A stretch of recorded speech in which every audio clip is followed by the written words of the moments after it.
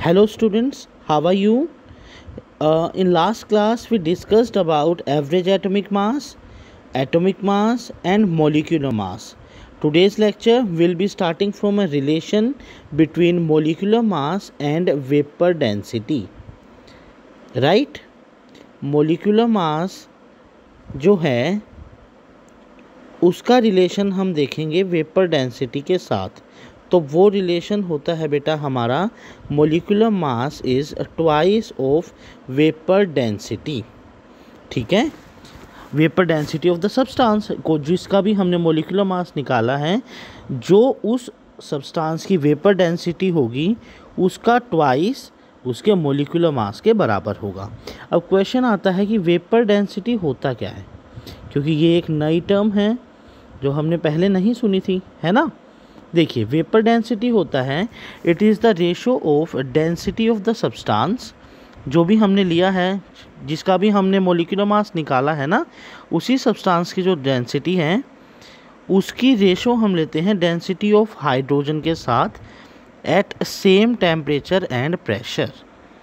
जिस टेम्परेचर और प्रेशर के ऊपर हमारा सब्सटेंस रखा गया है उसी सब्सटेंस के साथ हम रेशो निकालते हैं हाइड्रोजन की डेंसिटी की, एंड जो वैल्यू आती है वो हमारी उस मॉलिक्यूल के लिए उसकी वेपर डेंसिटी होती है। क्लियर है? तो आपको ये दो रिलेशन याद रखने हैं। मॉलिक्यूलर मास क्या होता है? Twice of vapour density. And what is vapour density? It is the ratio of density of the substance and density of hydrogen at same temperature and pressure. ये चीज़ आपको याद रखनी है। ठीक है, अगर टेम्परेचर और प्रेशर चेंज हो जाएगा तो मॉलिक्यूल्स की जो डेंसिटी है उसकी वैल्यू भी चेंज हो जाती है।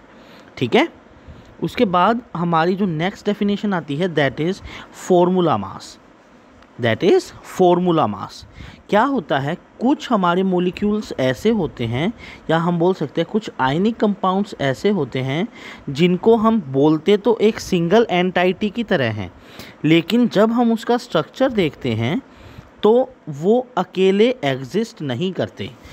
इसका हम सबसे बेस्ट एग्जांपल लेंगे, that is sodium chloride NaCl। ठीक है, बहुत ही कॉमन है, टेबल सॉल्ट है, बहुत ही कॉमनली यूज़ होने वाला कंपाउंड है। राइट, जो NaCl होता है उसको हम हमेशा ऐसे ही लेते हैं, है ना। मतलब एक जो सोडियम मेटल का आयन है वो हमारे क्लोरीन के साथ रिएक्ट करके क्या बनाता है? एक आयनिक कंपाउंड बनाता है NaCl। ठीक है, लेकिन जब जो हमारा NaCl का स्ट्रक्चर होता है बेटा, उसके अंदर जो हमारा एक सोडियम आयन है that is surrounded by 6 chlorine ions. 6 chlorine ions के साथ वो सराउंडेड होता है, मतलब उसके आसपास आपके 6 क्लोरीन आयंस होते हैं। लेकिन हम फिर भी हमेशा फॉर्मूला NaCl बोलते हैं ना, हम कभी NaCl6 थोड़ी बोलते हैं। ठीक है, तो जो ये हम सिंगल एंटाइटी रिप्रेजेंट कर रहे हैं, इसका जो हम मास निकालते हैं उसी को हम क्या बोलते हैं? Formula mass. The mass of a formula unit of a substance is called as formula mass. ठीक है, जैसे कि अगर हम NaCl का मास निकालें तो हमारा NaCl का मास क्या आएगा? NaCl सोडियम का मास होता है 23, क्लोरीन का मास होता है 35.5, तो हमारा NaCl का फॉर्मूला मास होता है 58.5 U। हम जी भी लिख सकते हैं ग्राम्स में, तो उसको हम ग्राम फॉर्मूला मास बोल देते हैं। ठीक है, तो अभी हमने दो डेफिनेशंस डिस्कस करी हैं, one was vapour density and another one is formula mass. Right, अभी नेक्स्ट टॉपिक पे चलते हैं। हमारा जो नेक्स्ट टॉपिक है वो बहुत ज़्यादा इम्पोर्टेंट है, क्योंकि केमिस्ट्री में उसकी बहुत ज़्यादा वैल्यू है। ठीक है, and that is our mole concept.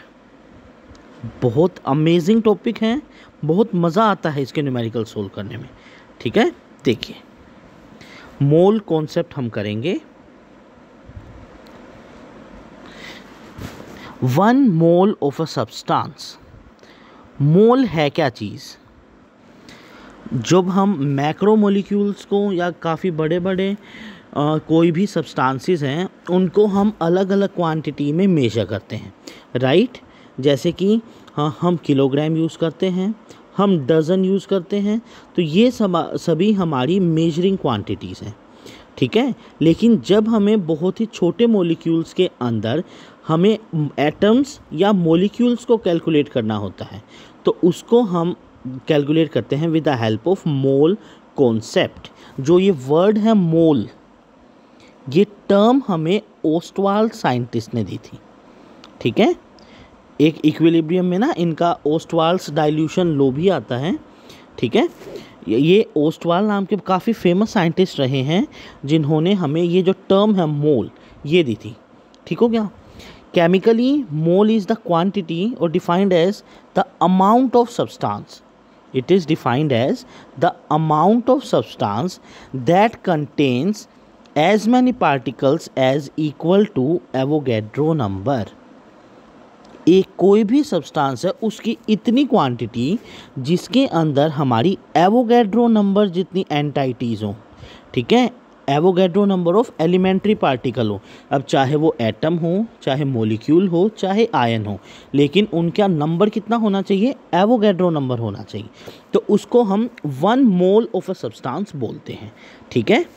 चाहे वो कोई भी एलिमेंट हो, चाहे कंपाउंड हो, कुछ भी हो, ठीक है। अगर उसके अंदर उसकी जो एलिमेंट्री पार्टिकल्स हैं, चाहे मतलब एटम है, चाहे वो मॉलिक्यूल हैं, चाहे वो आयन है, ठीक है, अगर वो एवोगैड्रो नंबर है तो वो क्वांटिटी हमारी 1 मोल होती है। Clear. And what is Avogadro number? 6.022 into 10⁻23 number of particles, ठीक है। तो जो ये पार्टिकल्स हैं ये हमारे एटम्स भी हो सकते हैं। अगर हम नॉर्मल एक सिंगल एलिमेंट की बात कर रहे हैं, ये हमारे मॉलिक्यूल्स भी हो सकते हैं, ठीक है, अगर हम कंपाउंड्स की बात करें।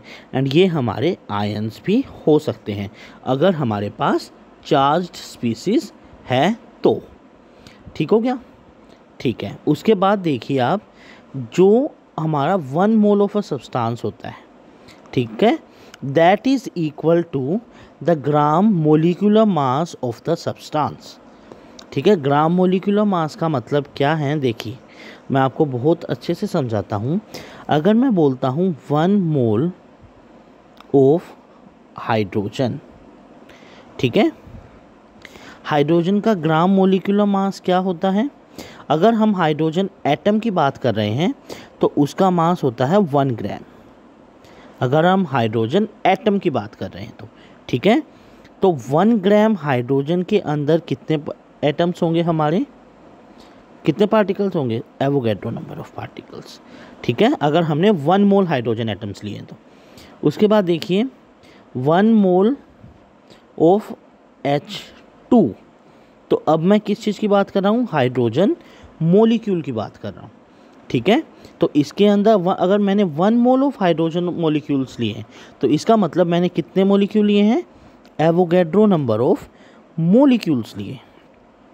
ये चीज़ आपको ध्यान रखनी है, जो चीज़ आप आगे लेते हो वही इसके पीछे लगेगा।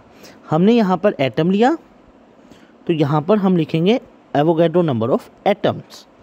हमने यहाँ पर मॉलिक्यूल लिया है तो इसके पीछे हम लिखेंगे मॉलिक्यूल, ठीक है। अब देखिए सेकंड डिफरेंस, ये हमने केस लिया है हाइड्रोजन का। उसके बाद हम एग्जांपल किसी का भी ले सकते हैं, मैं ऑक्सीजन का ले रहा हूँ। तो अगर मैं बोलता हूँ 1 मोल हाइड्रोजन और 1 मोल ऑक्सीजन, क्या वो इक्वल हैं? ठीक है, तो देखिए 1 मोल हाइड्रोजन गैस जो है H2, ठीक है, तो उसके अंदर कितने मॉलिक्यूल्स हैं हमारे? 6.022 इंटू 10⁻23, राइट। अगर मैं कहता हूँ 1 मोल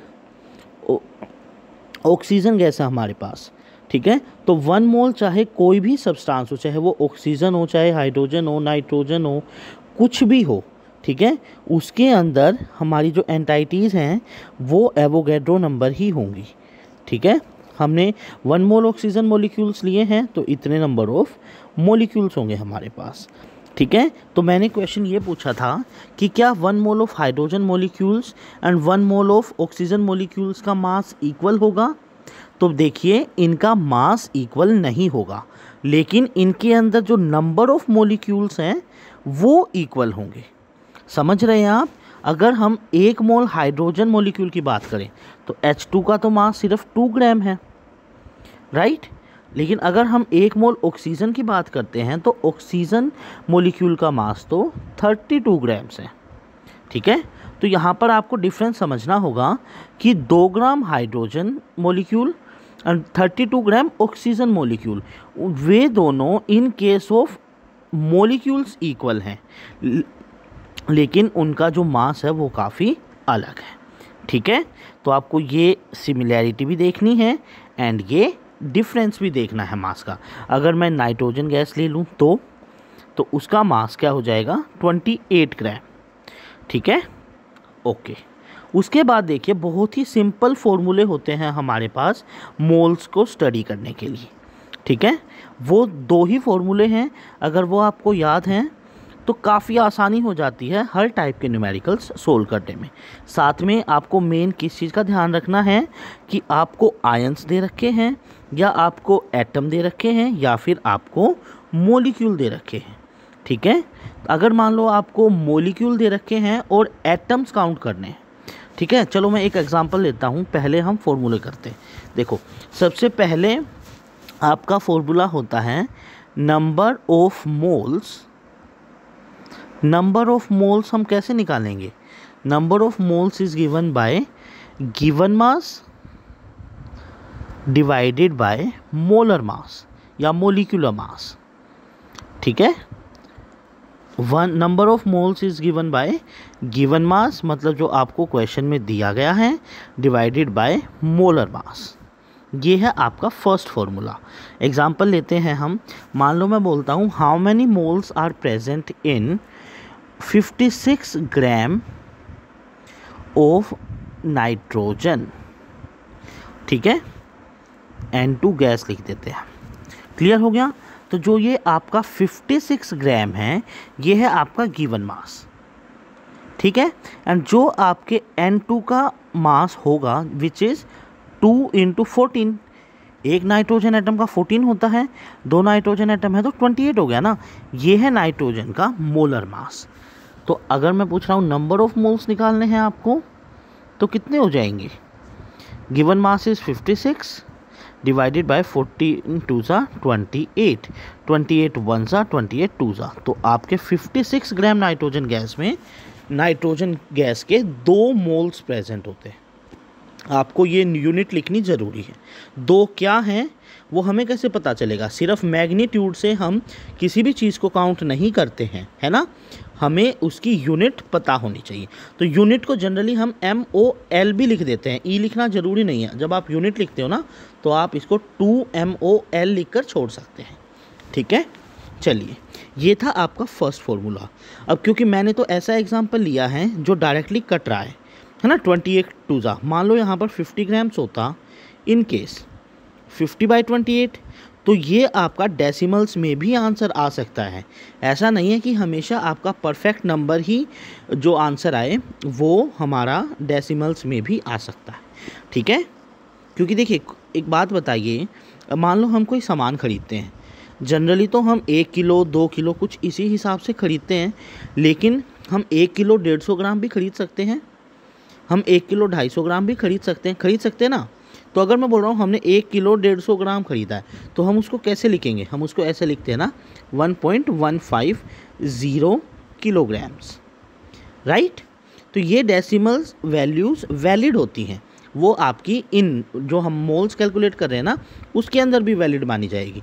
ऐसा नहीं सोचना कि अगर आप हमारा आंसर डेसिमल में आ रहा है तो हमारा आंसर गलत हो जाएगा, ऐसा कुछ नहीं है, ठीक है। चलिए उसके बाद हम देखते हैं हमारा second formula, that is number of particles. Number of particles. अब देखो मैं यहाँ पर ना एटम लिख रहा हूँ, ना मॉलिक्यूल, ना आयन, मैंने पार्टिकल लिखा है क्योंकि एटम, मॉलिक्यूल और आयन तीनों में से कुछ भी हो सकता है।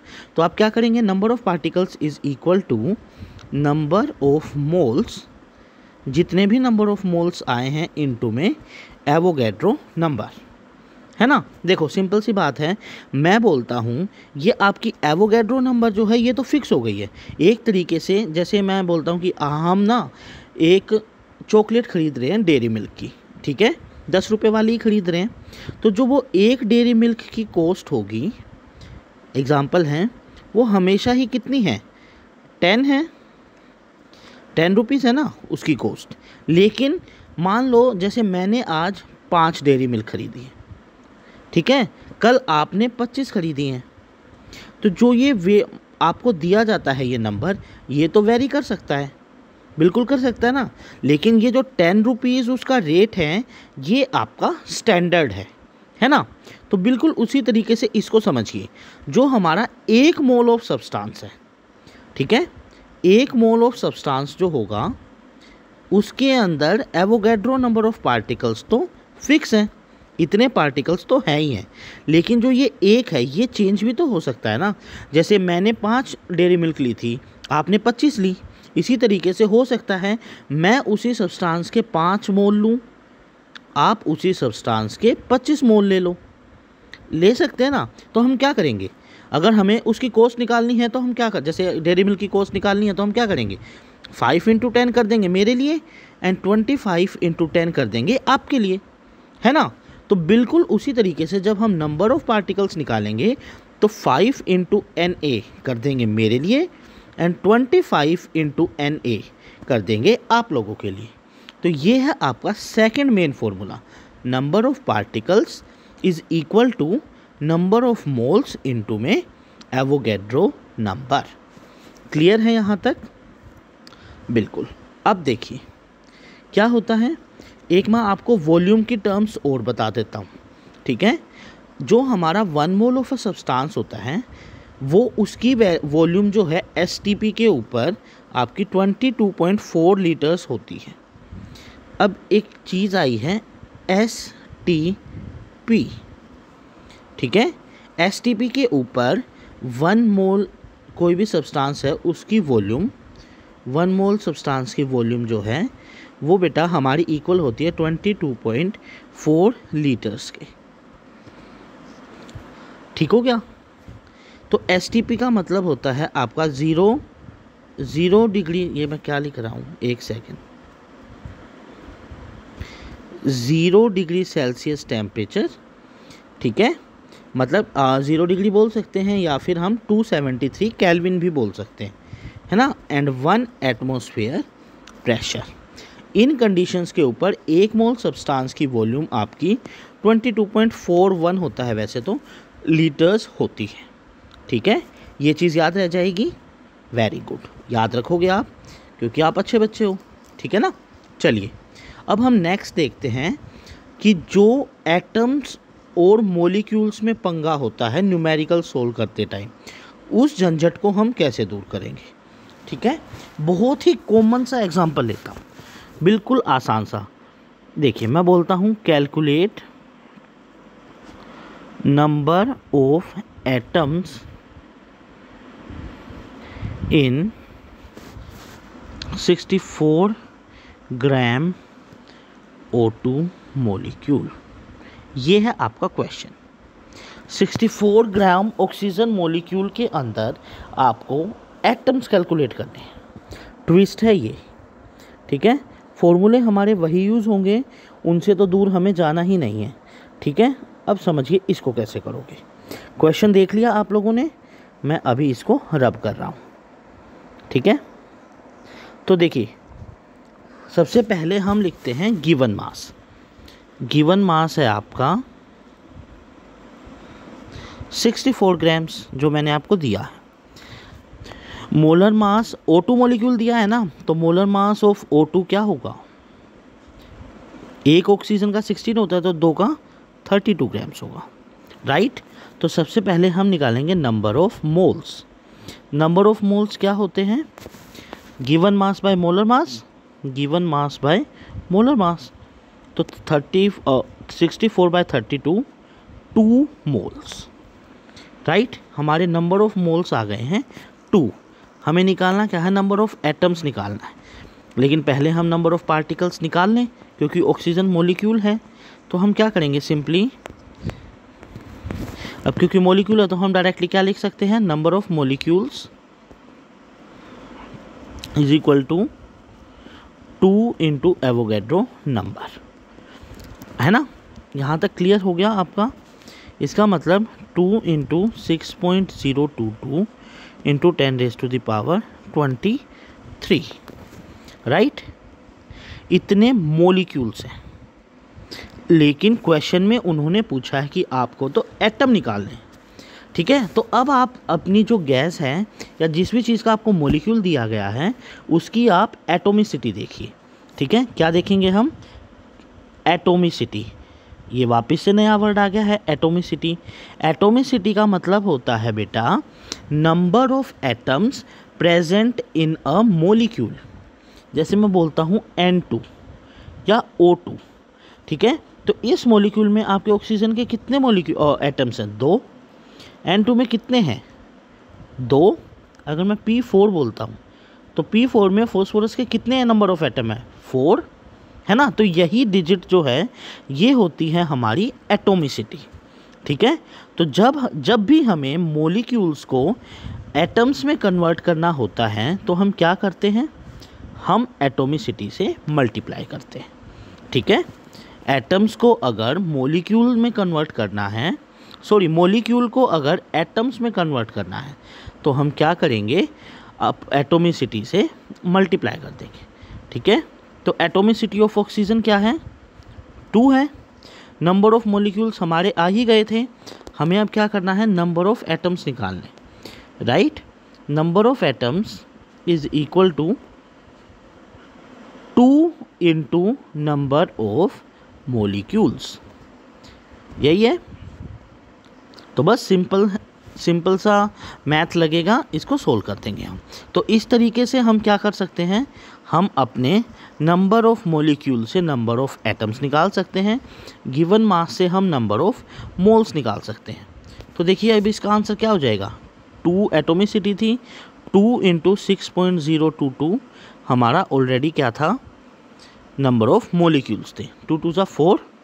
तो हमारा आंसर आ जाएगा 24.088 इंटू 10⁻23 नंबर ऑफ एटम्स। तो हमारे 64 ग्राम O2 में इतने सारे ऑक्सीजन के एटम्स प्रेजेंट होते हैं, ठीक है। तो आपको इस तरीके से अपने न्यूमेरिकल्स को अप्रोच करना होता है, क्लियर। उसके बाद एक वर्ड यहाँ पर आपको दिख रहा है, मैं थोड़ा सा जूम करके दिखाता हूँ, देखिए, that is Loschmidt number. See, Loschmidt number, ठीक है। लोशमिट नंबर क्या होता है, Loschmidt number is the number of molecules of ideal gas present in 1 ml of the ideal gas. अगर हम 1 ml आइडियल गैस लेते हैं तो उसके अंदर कितने मॉलिक्यूल्स प्रेजेंट हैं वो हमारा लोशमिट नंबर होता है, ठीक है। लेकिन हमें एक चीज़ का ध्यान रखना है, जो हम लोशमिट नंबर कैलकुलेट करा हुआ है हमने, वो STP के ऊपर है। STP का मतलब 0 degree Celsius and 1 atmospheric pressure, ठीक है। हम 1 सेंटीमीटर क्यूब या 1 ml हम आइडियल गैस ले रहे हैं, ठीक है। तो उसके अंदर, उस आइडियल गैस के अंदर जितने नंबर ऑफ मॉलिक्यूल्स होंगे वो हमारा लोशमिट नंबर होगा, ठीक है।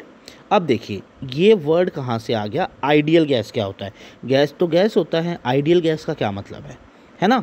तो देखिए आइडियल गैस जो होती है वो एक इमेजिनरी गैस है जो हमारी सारे गैस लॉज को क्या करती है, ओबे करती है। हमारे जितने भी गैस लॉज है ना, जैसे बॉयल्स लॉ होता है, चार्ल्स लॉ होता है, गैलुसैक्स लॉ होता है, ठीक है, वो इन सारे लॉज को एक wide range of temperature and pressure पर क्या करती है, ओबे करती है।